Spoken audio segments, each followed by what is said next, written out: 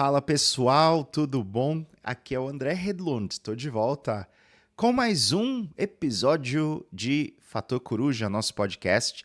Esse aqui vai ser muito especial, porque eu estou gravando principalmente para os meus estudantes da PUC Paraná. Gente, esse episódio aqui vai fazer parte de uma aula, aliás, não só de uma aula, mas da última aula do nosso módulo de Mente, Cérebro e Educação. E é por isso que eu decidi então falar sobre emoções. Então, vamos lá, a gente vai se emocionar nesse episódio aqui. Aliás, a gente sempre se emociona com tudo, né, gente? E a ideia que vem por trás de emoções, e principalmente quando a gente pensa nos últimos anos, o pessoal está falando muito de emoções, está falando muito do socioemocional, é que as emoções elas podem ser controladas ou até suprimidas, né? Será que a gente pode dizer isso? Dá para suprimir as emoções? E quando a gente faz isso, a gente se beneficia, né? A gente consegue, sei lá, talvez mais concentração, a gente consegue ser mais racional, a gente consegue seguir uma lógica que funciona melhor. Vocês já devem ter ouvido e visto isso em algum lugar, não é verdade? Se não ouviram, estão ouvindo aqui comigo. E eu vou falar um pouquinho sobre se isso faz sentido, de acordo com a neurociência, principalmente. Mas a gente também vai olhar um pouquinho para a psicologia cognitiva. Então eu vou falar de alguns autores muito importantes aqui nesse episódio.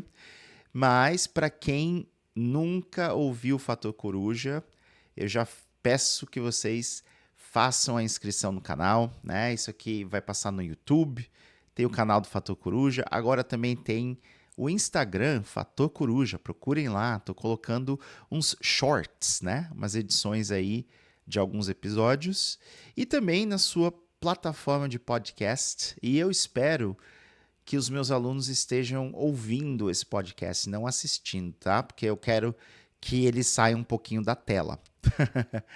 Aliás, né?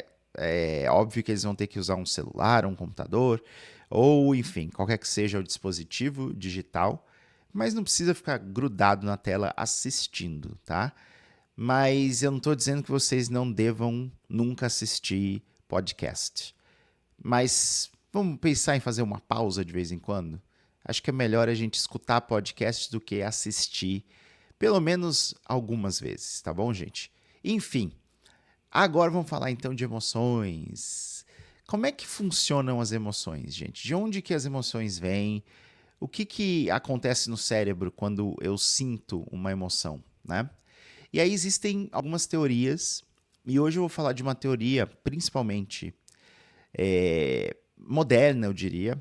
Ela surgiu há pouco tempo, ela tem a ver com uma autora que se chama Lisa Feldman Barrett, né? E ela estudou, assim, eu diria que é a grande, se não a maior expert hoje em dia em emoções e principalmente a neurociência das emoções para dizer algumas coisas que são, como é que eu posso colocar? Elas não fazem tanto sentido assim pelo histórico que a gente normalmente tem em relação às emoções, né? Quando a gente estuda emoções, a gente normalmente tem uma narrativa. E o que a Lisa Feldman Barrett apresenta vai na direção contrária a essa narrativa. Então, por isso que eu achei muito interessante. E é, claro, né, vamos dizer assim, o que há de mais atual na neurociência para tentar entender as emoções. E daqui a pouco eu chego nessa teoria dela, mas a gente tem que fazer um apanhado geral aí do que era aceito até pouco tempo. Então, se você pegar a história da humanidade, inclusive se a gente voltar para a Grécia Antiga, e isso vai ser importante, né, nesse episódio, e também eu vou falar sobre o meu livro, O Fator Coruja, que todo mundo sabe aqui, né? Aliás, se você é novo, você não sabe, mas vai ficar sabendo agora. O Fator Coruja foi baseado na filosofia grega, nas fábulas, né, de corujas, na narrativa, no pensamento crítico, até a arquitetura da Grécia Antiga apareceu no livro. o Fator Coruja, que deu origem a esse episódio, aliás, a todo o podcast e outras coisas que eu estou fazendo, né? Então, Grécia, novamente. Quando a gente pensa naqueles filósofos gregos, né, que discutiram muitas coisas, que pensavam muito sobre a vida, a gente pode falar até de Sócrates, mas principalmente Platão, Aristóteles, existia uma noção de que as emoções eram expressas de maneira universal, né? E aí vocês vão olhar, por exemplo, para o símbolo do teatro na Grécia Antiga. Vocês já devem ter visto, né? São duas máscaras, dois rostos, que um expressa aparentemente uma tristeza, né? E aí quem estiver me assistindo vai poder ver a minha expressão facial aqui, que é aquela máscara, o rosto que faz assim.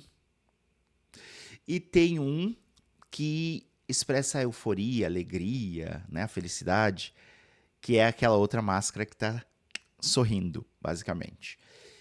E então existia uma noção de que as pessoas expressam suas emoções de maneira universal. Eu posso simplesmente bater o olho na cara de alguém e falar: essa pessoa está sentindo isso, essa é a emoção que a pessoa está sentindo. E aí, o que vocês acham disso, né, gente? Vamos refletir aqui. E isso é claro que ao longo da história, né, da história principalmente médica, foi meio que se consolidando. Então a gente não precisa falar, né, de outras coisas que foram surgindo aí, mas a gente deve falar sim de alguns autores mais atuais, então assim do século passado, inclusive estão vivos hoje, que fizeram uma proposta interessante em relação a isso. E aí, essa emoção, ela é expressa universalmente? Então a gente vai falar do trabalho de um cara chamado Paul Ekman. Paul Ekman, que é um psicólogo forense americano, é talvez o cara mais citado, né, nos trabalhos aí de emoções. Por quê? Porque o Paul Ekman, ele inclusive foi consultor do FBI, da CIA, outras agências governamentais e investigativas para ajudar a identificar algumas pessoas de acordo com as emoções que elas mostram. E é bem legal falar do Paul Ekman, porque o Paul Ekman, ele acabou virando série. O trabalho dele, pelo menos, virou série. E era uma série bem legal, que eu gostava bastante de assistir, uma série chamada Lie to Me, não sei se vocês já ouviram falar, com o Tim Roth, que é um ator britânico que eu gosto bastante. E nessa série, o Tim Roth interpretava vamos dizer assim, expert. Ele seria um expert em mentira, basicamente. Não só mentira, mas micro expressões faciais, emoções. Então, em vários episódios, ele vai investigar alguma coisa, ele vai interrogar uma pessoa. Acho que num dos primeiros episódios, ele está interrogando um extremista que plantou uma bomba, né? Um supremacista branco que colocou uma bomba numa igreja, se não me engano, uma igreja de um bairro pobre e de pessoas negras nos Estados Unidos. Olha só. E aí, se eu não me engano, a cena é mais ou menos, né, começa com esse cara, né, que é um skinhead, é um neonazi, enfim. Ele tá sentado numa sala com aquela roupa típica da prisão americana, aquela camiseta meio alaranjada, né? Tá sentado ali na cadeira e chega o Cal Lightman, Tim Roth, e senta bem de frente para ele e começa a fazer algumas perguntas e ele não responde nada. E aí o Cal Lightman, depois de fazer algumas perguntas, ele simplesmente levanta e ele sabe: eu sei onde está a bomba. E aí as pessoas que estão ali na sala, advogados, sei lá quem, falam: mas ele não falou nada? Ele não disse nada, como é que você sabe? Aí ele fala assim: ele me deu todas as informações que eu precisava. He gave me all I need. Ou alguma coisa assim, gente. Estou tentando lembrar e a gente sabe que a memória ela é falha. Mas assim, essa cena ilustra muito bem essa ideia de que é possível a gente identificar as emoções por meio da expressão facial, da linguagem corporal. E no caso do Cal Lightman, né, das microexpressões. Então, assim, quando ele pergunta um negócio e o cara lá dá um mini sorriso que é quase imperceptível, mas ele tá prestando atenção no rosto, ele consegue pegar. Opa, esse sorriso aqui indica alívio ou felicidade, né? Enfim, para que isso aconteça, para que isso seja possível, a gente tem que ter então maneiras universais de apresentar as nossas emoções ao mundo, externalizar as nossas emoções, né? E para isso acontecer, então, existem emoções primárias universais que todo mundo tem e que todo mundo expressa basicamente da mesma forma. E quais são essas emoções, né? Então, tem a felicidade, a alegria, happiness, né? Tem a tristeza, tem o nojo. Se vocês olharem para a cara de alguém enquanto essa pessoa demonstra nojo, é muito provável que vocês consigam identificar. Mas também tem surpresa, tem medo, né? Que mais que tem, gente? Surpresa, medo, felicidade, tristeza, nojo. Acho que eu estou esquecendo de alguma. Raiva, talvez. Acho que anger, fear. Então, enfim, raiva. Essas são as grandes emoções universais. E aí o Paul Ekman escreveu muito sobre isso, livros, artigos, e falou muito sobre a sua jornada de consultoria com o FBI e tudo mais. E aí ele virou um grande nome, a grande referência, né, de emoções. Aí tem outras pessoas, tem o Jaak Panksepp, que, se não me engano, é holandês, talvez, não tenho certeza agora, que fala de emoções primárias também. Aí ele vai falar, e aí ele vai estudar muito primatas, né, e vai mostrar algumas coisas interessantes em relação a... Assim, vamos tentar resumir para a gente já passar para Lisa.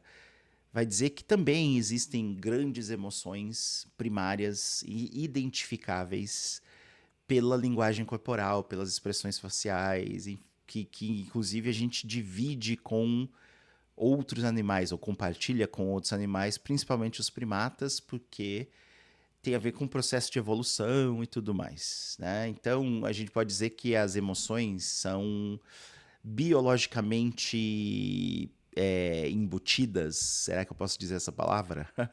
Que elas são. Eu escrevi aqui, anotei aqui para não falar besteira para vocês, né? Porque a gente sempre tem que confiar no cérebro, mas a gente precisa também checar as nossas anotações. Coloquei aqui biologicamente pré-determinadas, né? Que é essa a ideia.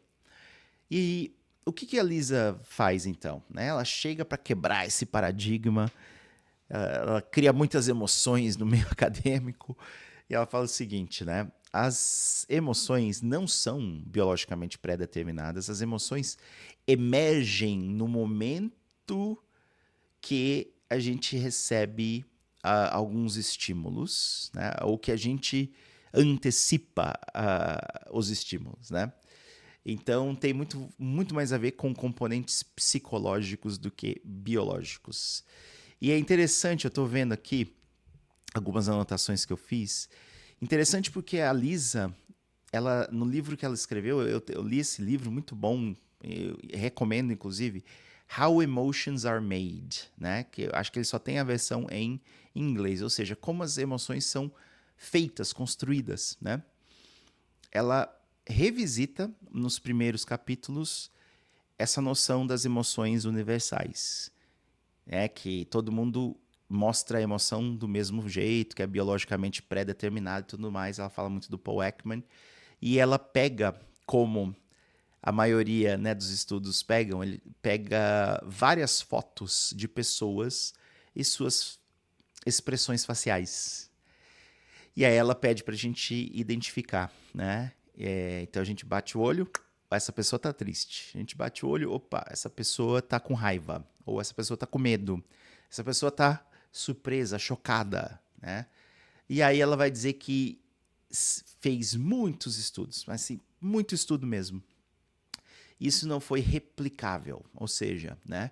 Nos estudos ela percebeu que a, a feição facial, ou será que eu posso falar feição? A expressão facial e a linguagem corporal tem muito mais a ver enfim, não tem uma conexão direta, vamos dizer assim, com o estado mental, com a emoção que a pessoa está sentindo. E aí tem a questão de sentimentos também, né? Que a gente vai falar um pouquinho. Emoção e sentimento não é a mesma coisa.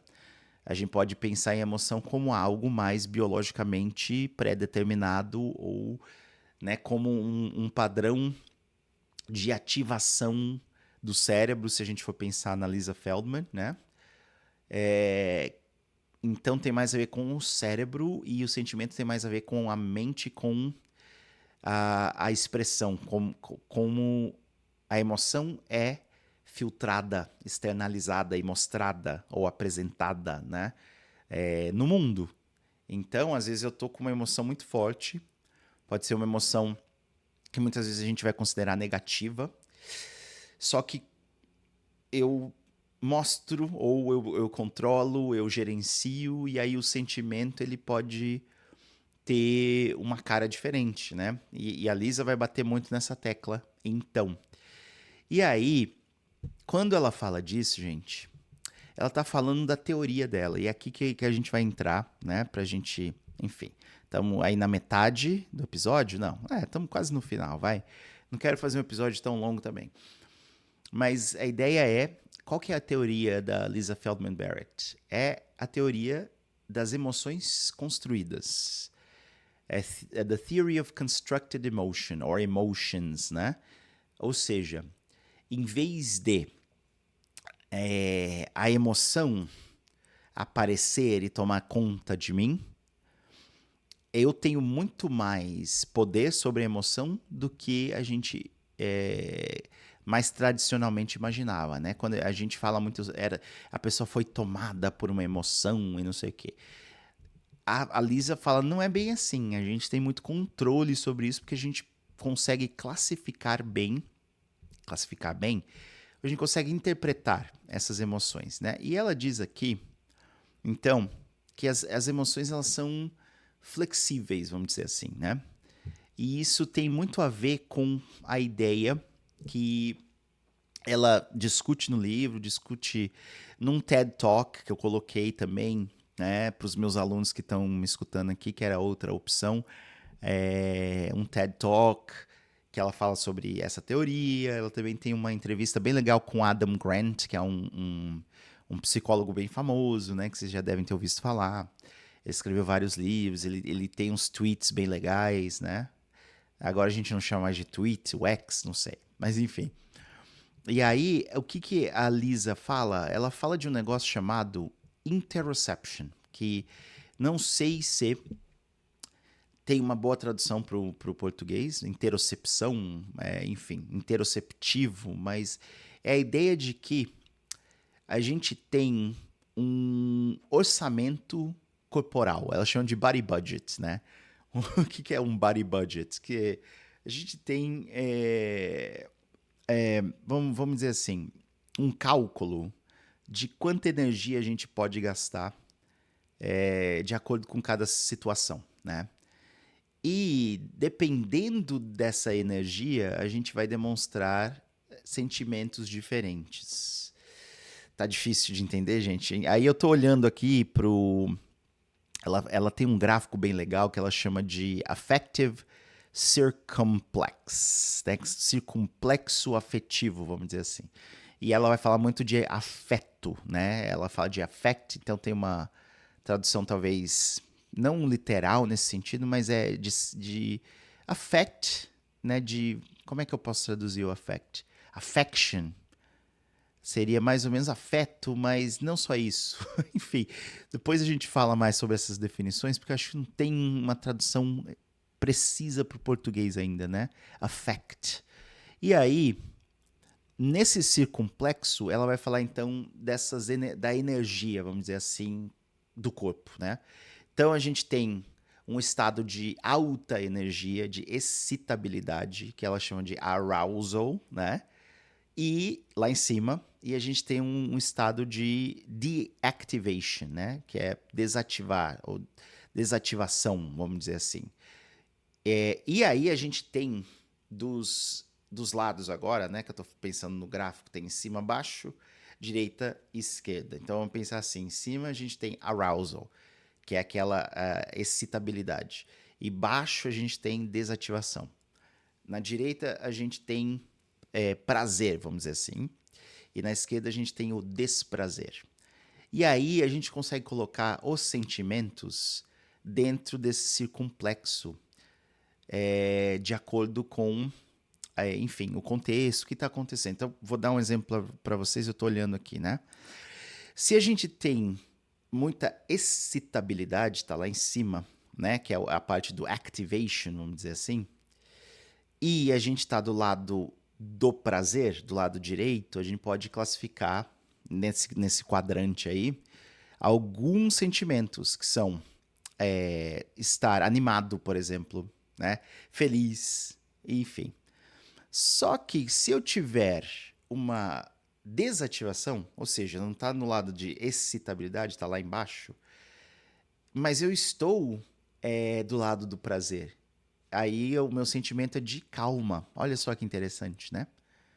Então, o que acontece vai ser muito definido pelo orçamento corporal, body budget, né? E isso vai ser tem muito a ver com uma antecipação de uma situação. E isso é baseado em aspectos culturais, né? Isso é baseado na predição que a gente faz. Então, quando eu olho para uma situação, a minha antecipação, a predição, né? Eu vou prever aquela situação, vai criar um estado mental que vai me colocar em um desses quadrantes aí. E isso vai depender muito da minha energia corporal também, né? Do meu orçamento corporal. Olha que interessante, né? Não sei se está fazendo sentido, gente. Então, se eu tiver com a excitabilidade alta do lado do prazer, eu tô animado, né? Olha que legal. Mas se eu tiver com a excitabilidade alta do lado do desprazer, eu tô tenso, ansioso, porque, né, tem uma energia que tá uma energia alta mas eu não tô me sentindo bem. Se eu tiver do lado né, lá no final, desativação, do lado do desprazer, em vez de estar calmo, que é o lado do prazer, eu vou estar com fadiga, entediado, deprimido, né? Ou seja, eu tenho pouca energia, pouca vontade de fazer as coisas. Quando eu tô lá em cima, eu tenho muita energia. E se eu estiver do lado do prazer, muita vontade de fazer as coisas. Se eu estiver do lado do desprazer, eu tenho muito medo, muita ansiedade de fazer as coisas. Faz sentido isso? Então essa é a ideia de interoception, né? Que a interoception é a interpretação, portanto, do nosso orçamento corporal, e isso vai nos informar mais ou menos que sentimento vai acabar saindo, né? Vai ser externalizado de acordo com o padrão de ativação das emoções. Eu sei que é complexo, mas é muito interessante a gente pensar nisso, porque isso vai nos dizer algumas coisas do tipo, opa, quando aquele aluno meu, aluna minha, estão na sala e eles estão com uma cara de sei lá o quê, né? De gato de botas do Shrek. O que isso quer dizer? Né? Será que eu baseio minhas decisões na expressão corporal dos meus alunos? Mas talvez eles não estejam sentindo aquilo que eu identifiquei, né? Porque a Lisa Feldman fala: peraí, a emoção é construída. Ela não está pré-determinada biologicamente, então não quer dizer que aquela pessoa está necessariamente triste ou sei lá o quê. E aí, né? Só que existem críticas a essa noção da Lisa. Tem gente que ainda adere muito mais ao o Jaak Panksepp, né? E ao Paul Ekman. E tem, sim, é óbvio, né? Assim, o que eu posso dizer? É óbvio que a gente consegue, em alguns momentos, claro, identificar o que a pessoa está sentindo, né? Ou pelo menos existem indícios interessantes, né? Peraí, de repente ela mudou de humor, alguma coisa refletiu. Mas é óbvio que tem gente que tá extremamente feliz, mas parece que não está, parece que está bravo, né? Quem aqui nunca recebeu talvez uma crítica, uma observação? Você tá bravo? Não, não tô bravo. A minha cara é assim, né? Então, existem algumas, vamos dizer assim, dicas, ou melhor, vamos pensar. Existem pessoas que estão mais do lado da Lisa Feldman Barrett, né?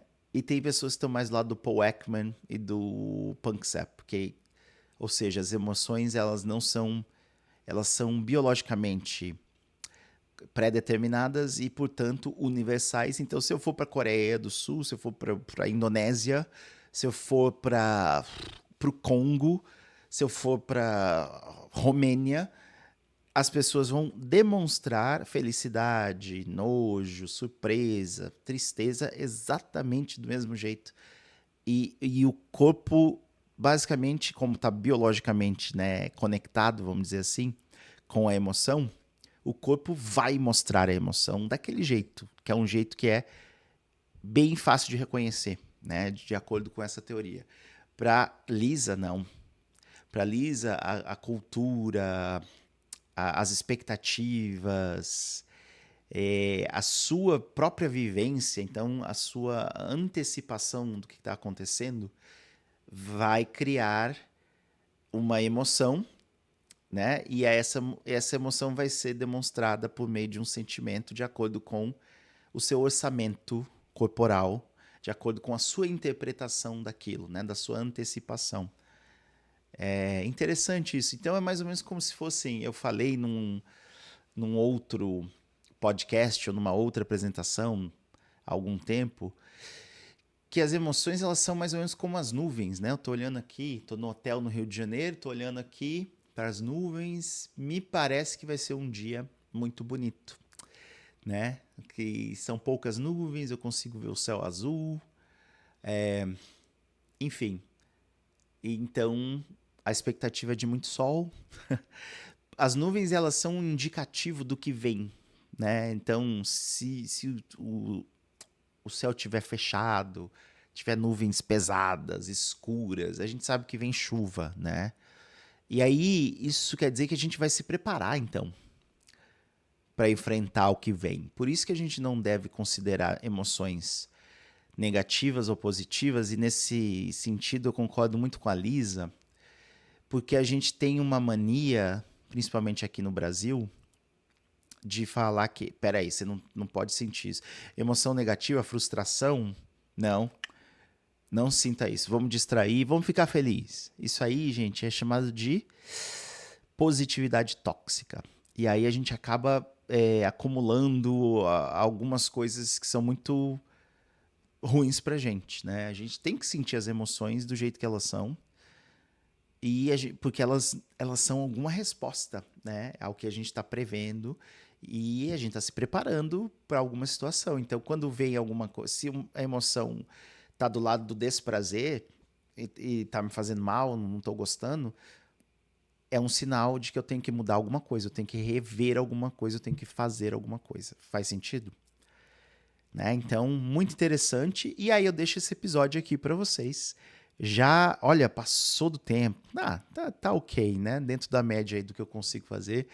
Um episódio sobre emoções, um episódio sobre a Lisa Feldman Barrett, um episódio sobre o Paul Ekman, sobre o Jaak Panksepp, sobre a universalidade das emoções ou não, sobre a teoria das emoções construídas, sobre interocepção, interoception, sobre aquele circunplexo, né, afetivo, lá em cima a excitabilidade, lá embaixo não, o contrário, de um lado desprazer, do outro o prazer, enfim.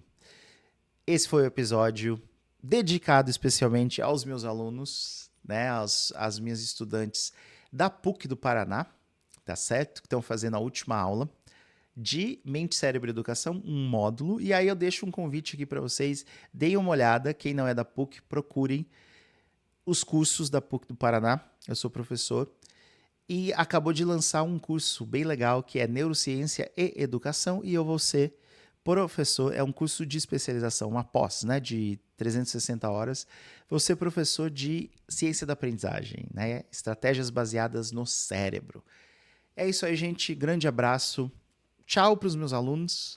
Espero que vocês tenham gostado desse episódio. E agora tem tarefinha, né, para fazer.